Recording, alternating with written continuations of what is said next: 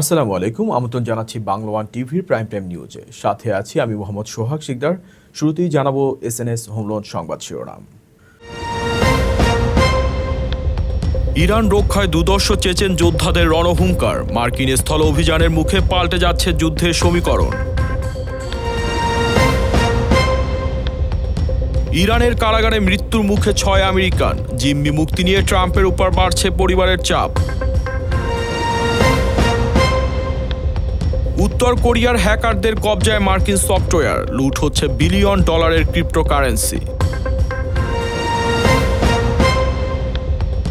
আদালতের ঐতিহাসিক রায়, রক্ষা পেলেন 9 লক্ষ অভিবাসী, ট্রাম্পের বহিষ্কার আদেশকে বেআইনি ঘোষণা। শুনছিলেন শিরোনাম, এবারে বিস্তারিত।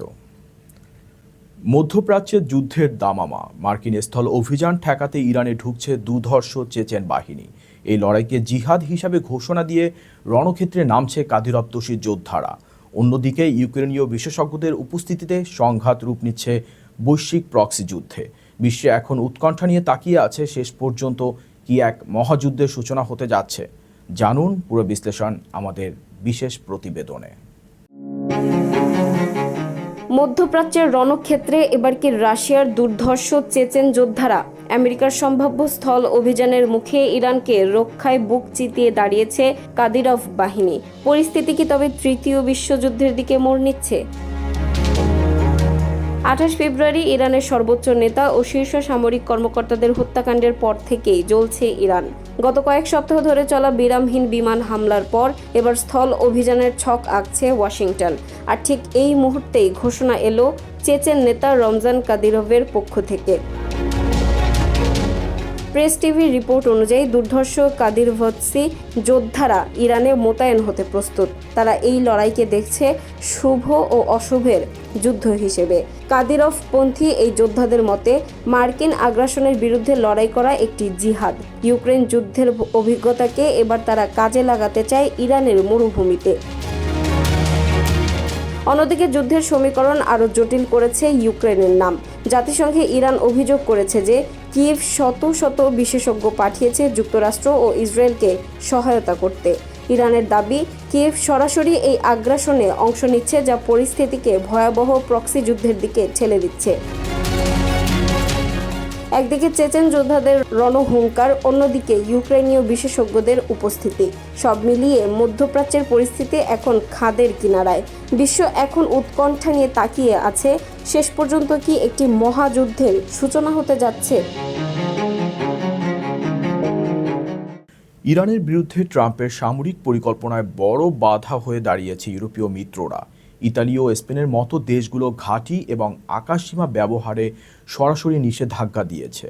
মিত্রদের এই অনীহাকে ট্রাম্প বিশ্বাসঘাতকতা হিসাবে দেখলেও বিশ্লেষকরা একে ট্রান্স আটলান্টিক সম্পর্কের বড় ফাটল হিসাবে দেখছেন। আত্মরক্ষামূলক সংস্থা ন্যাটোকে ব্যক্তিগত যুদ্ধের হাতিয়ার বানানোর এই চেষ্টা এখন ওয়াশিংটনকে বন্ধুহীন করে তুলেছে। ইরানের বিরুদ্ধে সামরিক অভিযানে ইউরোপীয় মিত্রদের জোরালো সমর্থন চেয়েও ব্যর্থ হচ্ছেন মার্কিন president Donald Trump. Italy, Spain এবং ফ্রান্সের মতো দীর্ঘদিনের মিত্র দেশগুলো ট্রাম্পের সামরিক অনুরোধ সরাসরি প্রত্যাখ্যান করেছে। এমনকি জর্জিয়া মেলোনির মতো ট্রাম্পের ঘনিষ্ঠ মিত্র এখন আন্তর্জাতিক আইনের দোহাই দিয়ে পিছু হটছেন। ট্রাম্পের অফেন্সিভ বা আক্রমণাত্মক প্রচারণায় ইউরোপের এই অনীহা ট্রান্স আটলান্টিক সম্পর্কের ক্ষেত্রে এক বড় ফাটল হিসেবে দেখা দিচ্ছে। মঙ্গলবার ইতালির রাষ্ট্রীয় সম্প্রচার মাধ্যম RAI জানিয়েছে, সিসিলির সামরিক ঘাঁটিতে মার্কিন বিমান অবতরণের অনুমতি দেয়নি ইতালি। সরকারের পক্ষ থেকে জানানো হয়েছে, এই অভিযানগুলো আন্তর্জাতিক চুক্তির আওতাভুক্ত নয়। স্পেনের প্রধানমন্ত্রী পেদ্রো সানচেজ আরও কঠোর অবস্থানে গিয়ে এই যুদ্ধকে গভীরভাবে অবৈধ এবং অন্যায় বলে আখ্যা দিয়েছেন। তিনি পরিষ্কারভাবে জানিয়ে দিয়েছেন, ইরানের বিরুদ্ধে যুদ্ধের জন্য স্পেনের আকাশসীমা বা ঘাঁটি ব্যবহার করতে দেওয়া হবে না। এদিকে পোল্যান্ড তাদের প্যাট্রিয়ট মিসাইল ব্যাটারি মধ্যপ্রাচ্যে পাঠাতে অস্বীকৃতি জানিয়েছে। তাদের মতে ইউক্রেন সীমান্তের নিরাপত্তায় এখন তাদের অগ্রাধিকার। মিত্রদের এমন আচরণে ক্ষুব্ধ হয়ে ট্রাম্প সোশ্যাল মিডিয়ায় কড়া সমালোচনা করেছেন। তিনি ব্রিটিশদের সাহস সঞ্চয় করে নিজেদের লড়াই নিজেরা লড়তে বলেছেন এবং সতর্ক করেছেন যে ভবিষ্যতে যুক্তরাষ্ট্র আর তাদের সাহায্যে এগিয়ে আসবে না। বিশেষজ্ঞরা বলছেন ন্যাটো একটি আত্মরক্ষামূলক সংস্থা, যা কিনা ট্রাম্প তার ব্যক্তিগত বৈদেশিক হস্তক্ষেপের হাতিয়ার হিসেবে ব্যবহার করতে চাইছেন। এই মতবিরোধের ফলে ইউরোপ এখন যুক্তরাষ্ট্রের নিরাপত্তা গ্যারান্টির উপর আস্থা হারাতে শুরু করেছে। ইরান যুদ্ধ দ্বিতীয় মাসে গড়ালেও এই সংঘাত নিয়ে খোদ আমেরিকার অভ্যন্তরেই বাড়ছে তীব্র বিরোধিতা। সাম্প্রতিক জনমত জরিপ অনুযায়ী অধিকাংশ আমেরিকান নাগরিক ইরানে মার্কিন স্থল সেনা পাঠানোর ঘোর বিরোধী। ইকোনমিস্ট ইউগভের নতুন জরিপ বলছে মাত্র 14% আমেরিকান ইরানে স্থল অভিযান সমর্থন করছেন, যেখানে 62%ই এর বিপক্ষে। এমনকি প্রেসিডেন্ট ট্রাম্পের নিজস্ব রাজনৈতিক ভিত্তি মাগা সমর্থকদের মধ্যেও এ যুদ্ধ নিয়ে দোদুল্যমানতা দেখা দিয়েছে। যুক্তরাষ্ট্রের জ্বালানি তেলের দাম প্রতি গ্যালন $4 পৌঁছানো এবং যুদ্ধে মার্কিন সেনা হতাহতের ঘটনায় সাধারণ মানুষের মধ্যে ক্ষোভ বাড়ছে। পেন্টাগন পারস্য উপসাগরের কৌশলগত এলাকাগুলো দখলের প্রস্তুতি নিলেও 66% মার্কিন চান দ্রুত এই যুদ্ধের অবসান হোক। এমনকি সব লক্ষ্য অর্জিত না হলেও, যদিও হোয়াইট হাউস দাবি করছে যে সামরিক লক্ষ্যগুলো অর্জিত হয়েছে, তবে জনমত বলছে ভিন্ন কথা। আগামী মধ্যবর্তী নির্বাচনের আগে এই যুদ্ধ বিরোধী অবস্থান প্রেসিডেন্ট ট্রাম্পের জন্য বড় ধরনের রাজনৈতিক চ্যালেঞ্জ হয়ে দাঁড়াতে পারে। ইরানের অন্ধকার কারাগারে তিলে তিলে মরছেন আমেরিকান নাগরিকরা। ট্রাম্পের 15 দফার শান্তি পরিকল্পনায় কেন নেই জিম্মি মুক্তির কথা?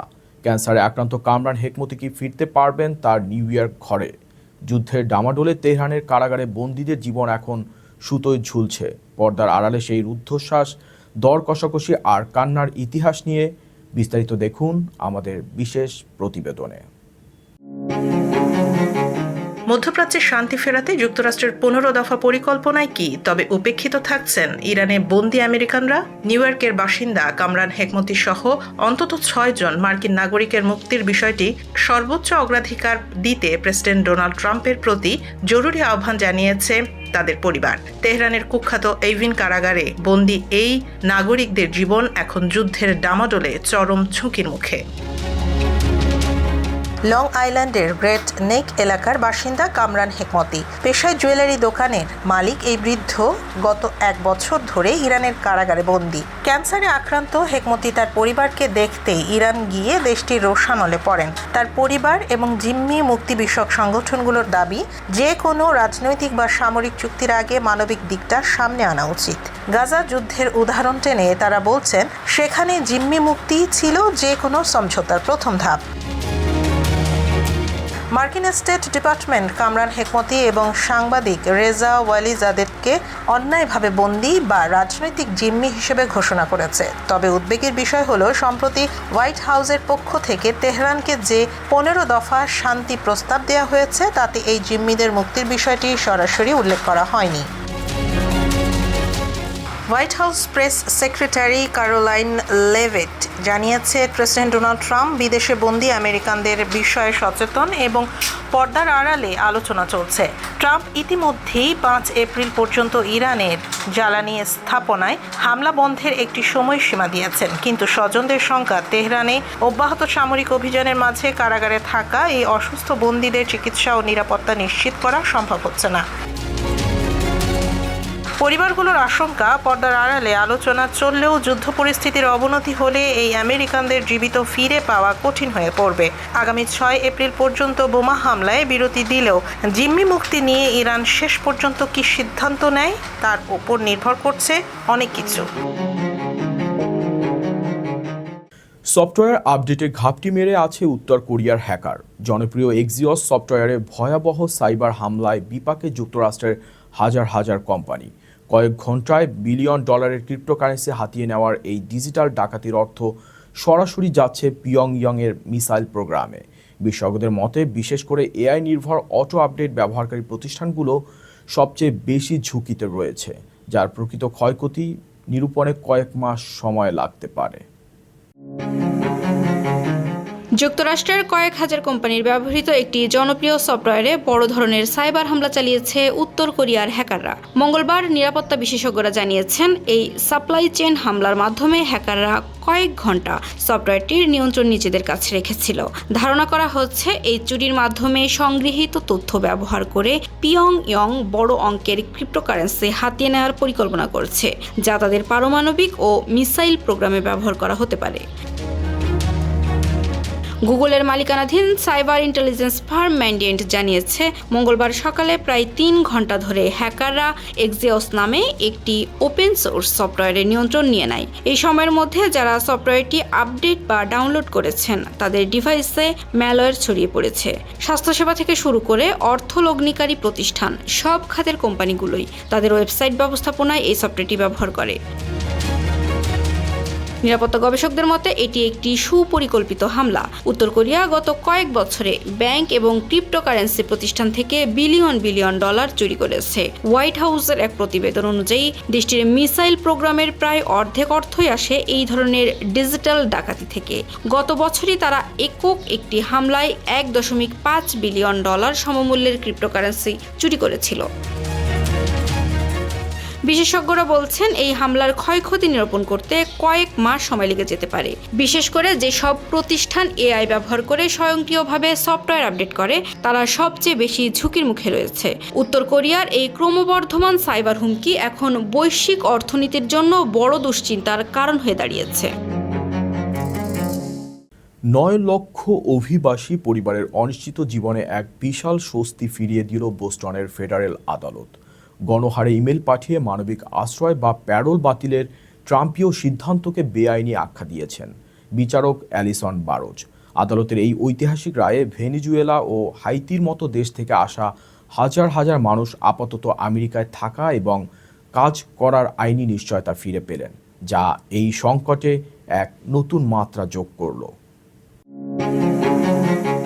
যুক্তরাষ্ট্রের ফেডারেল আদালত প্রেসিডেন্ট ডোনাল্ড ট্রাম্পের অভিবাসন নীতির ওপর একটি বড় ধরনের স্থগিতাদেশ দিয়েছেন। মঙ্গলবার বোস্টনের একজন জেলা বিচারক নির্দেশ দিয়েছেন যে বাইডেনের আমলের CBP-1 অ্যাপ ব্যবহার করে যুক্তরাষ্ট্রে আসা হাজার হাজার অভিবাসীর আইনি মর্যাদা বা প্যারোল স্ট্যাটাস বাতিলের সিদ্ধান্তটি ছিল বেআইনি। এই আদেশের ফলে কয়েক লক্ষ অভিবাসীর দেশ ত্যাগের প্রক্রিয়া সাময়িকভাবে থমকে গেল। 2025 সালের জানুয়ারিতে ডোনাল্ড ট্রাম্প ক্ষমতায় আসার পরপরই জো বাইডেনের সময়কার ইমিগ্রেশন অ্যাপ CBP-1 বন্ধ করে দেন। এপ্রিল 2025-এ হোমল্যান্ড সিকিউরিটি বিভাগ প্রায় 9 লক্ষ অভিবাসীকে ইমেইল পাঠিয়ে অবিলম্বে যুক্তরাষ্ট্র ছাড়ার নির্দেশ দেয়। ওই ইমেইলে বলা হয়েছিল যে তাদের প্যারোল বা মানবিক আশ্রয়ের মেয়াদ শেষ হয়ে গেছে। বিচারক অ্যালিসন বারোজ তার রায়ে বলেন, ট্রাম্প প্রশাসন এভাবে গণহারে ইমেল পাঠিয়ে বৈধ মর্যাদা বাতিল করতে পারে না। এটি সরকারের নিজস্ব নিয়ম এবং বিধিবদ্ধ ক্ষমতার লঙ্ঘন। আদালতের মতে কোনো ব্যক্তির প্যারোল বাতিল করার আগে সুনির্দিষ্ট রেকর্ড এবং কারণ দর্শানোর প্রয়োজন ছিল, যা এই ক্ষেত্রে করা হয়নি। এই মামলাটি ভেনেজুয়েলা, কিউবা এবং হাইতির অভিবাসীদের পক্ষে একটি আইনি গোষ্ঠী দায়ের করেছিল। আদালতের এই রায়কে মানবাধিকার কর্মীরা স্বাগত জানালেও হোয়াইট হাউস একে বিচার বিভাগীয় সক্রিয়তা বা জুডিশিয়াল অ্যাক্টিভিজম বলে সমালোচনা করেছে। ট্রাম্প প্রশাসনের দাবি, সীমান্ত সুরক্ষা এবং জাতীয় নিরাপত্তার স্বার্থে এই বহিষ্কারাদেশ জরুরি ছিল। আপাতত আদালতের এই রায়ের ফলে হাজার হাজার অভিবাসী তাদের কাজের অনুমতি এবং বসবাসের আইনি সুরক্ষা ফিরে পাচ্ছেন। যুক্তরাষ্ট্রের অভিবাসন আইনের এই লড়াই কোন দিকে মোড় নেয় তা দেখতে আমাদের পরবর্তী সংবাদে চোখ রাখুন। ধন্যবাদ। যুক্তরাষ্ট্রের অভিবাসন আইনের ইতিহাসে এক নজিরবিহীন পরিবর্তনের সূচনা। নাগরিকত্ব এখন আর কোনো চিরস্থায়ী অধিকার নয়, বরং সরকারের শর্তাধীন এক ভঙ্গুর সুবিধা মাত্র। গোপন তথ্য চুরির অভিযোগে চীনা দম্পতির মার্কিন নাগরিকত্ব বাতিলের পর এবার ট্রাম্প প্রশাসনের লক্ষ্য 100 বছরের পুরনো জন্মসূত্রের নাগরিকত্ব প্রথা বিলোপ করা। আমেরিকার মাটিতে জন্ম নিলেই কি মিলবে না সুরক্ষা? অভিবাসীদের ভাগ্য বদলে দেওয়া এই কঠোর আইনি যুদ্ধ নিয়ে বিস্তারিত জানাচ্ছেন সামিরা বাঁধন। যুক্তরাষ্ট্রের অভিবাসন ইতিহাসে এক নজিরবিহীন পরিবর্তনের সূচনা হয়েছে। ডোনাল্ড ট্রাম্পের দ্বিতীয় মেয়াদে নাগরিকত্বকে আর অলঙ্ঘনীয় কোনো অধিকার হিসেবে নয়, বরং একটি বাতিলযোগ্য বিশেষ সুবিধা হিসেবে দেখা হচ্ছে। সম্প্রতি ক্যালিফোর্নিয়ার একটি ফেডারেল আদালত চীন থেকে আসা এক দম্পতি ইউ ঝো এবং লি চেনের মার্কিন নাগরিকত্ব বাতিলের চূড়ান্ত নির্দেশ দিয়েছেন। ইউছো এবং লিচেন ওহাইওর দেশব্যাপী শিশু হাসপাতালে উচ্চপদস্থ গবেষক হিসেবে কর্মরত ছিলেন। 2020 সালে তারা চিকিৎসার অত্যন্ত গোপনীয় তথ্য চুরির অভিযোগে দোষী সাব্যস্ত হন। আদালতের রায়ে বলা হয়েছে, নাগরিকত্ব পাওয়ার জন্য যে সচ্চরিত্র থাকা প্রয়োজন তা এই দম্পতি ভঙ্গ করেছেন। বিচারক জেমস সিমন্স স্পষ্ট জানিয়েছেন, তথ্য গোপন বা জালিয়াতির মাধ্যমে অর্জিত নাগরিকত্ব যে কোনো সময় কেড়ে নেওয়া হতে পারে। অ্যাটর্নি জেনারেলের পাম বন্ডি এক বিবৃতিতে জানিয়েছে, নাগরিকত্ব হলো অর্জনের বিষয়, অপব্যবহারের নয়। বর্তমান বিচার বিভাগ ইতিমধ্যেই 13 জনের নাগরিকত্ব বাতিল করেছে এবং আরও 16টি মামলা আদালতের অপেক্ষায় রয়েছে। এদের মধ্যে ইউক্রেন, কিউবা এবং লেবাননের নাগরিকরাও রয়েছেন।